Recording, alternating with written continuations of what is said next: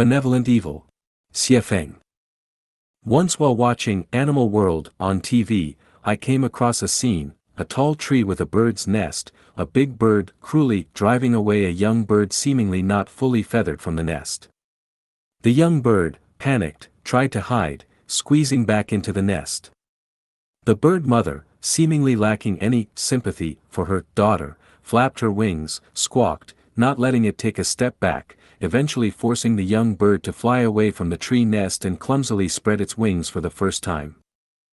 The fledgling bird landed clumsily on the grass, and the big bird promptly flew to a branch not far from it, preening its feathers. But observing the newly liberated young bird, chirping and hopping joyfully on the ground, it seemed to say, "Mom, look, I can fly. I can hop on the ground. Life outside is so much freer and comfortable than in the nest. Look, Mom, I can even catch insects.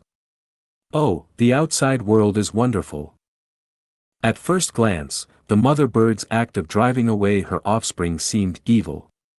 Yet, upon seeing the joyful scene of the young bird on the ground, I immediately recognized that the mother bird's seemingly evil actions were, in fact, a form of benevolent evil. Inspired by the big bird, I employed a kind of benevolent evil in raising my own child. Starting at 13, my child took charge of the family's dinner, learned to drive at 14, and began driving to school at 16. I never did tasks he could manage himself. At 16, he competed for the position of the student company's general manager and succeeded. Regarding university, I said he could choose any university in the USA, UK, Australia, or South Africa, except elite schools like Harvard or MIT due to unaffordable tuition fees.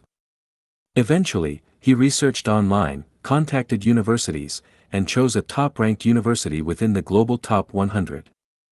At 18, he left home, the nest, went to the US and UK embassies to apply for his visa himself, bought a plane ticket, registered in the USA, found accommodation, opened a bank account, and everything went smoothly. Finally, like the big bird, I drove my child out of the nest. Consequently, just like the young bird landing on the grass, he discovered a broader world and a space of freedom beyond the nest. His academic performance remained outstanding, and he received care and support from various quarters. People who know us envy our obedient and sensible child, but little do they know that I employed an evil educational method. Whether educating children, managing employees, or governing countries, leading people should adopt benevolent evil. Pure kindness ultimately harms oneself and others, only benevolent evil can save both.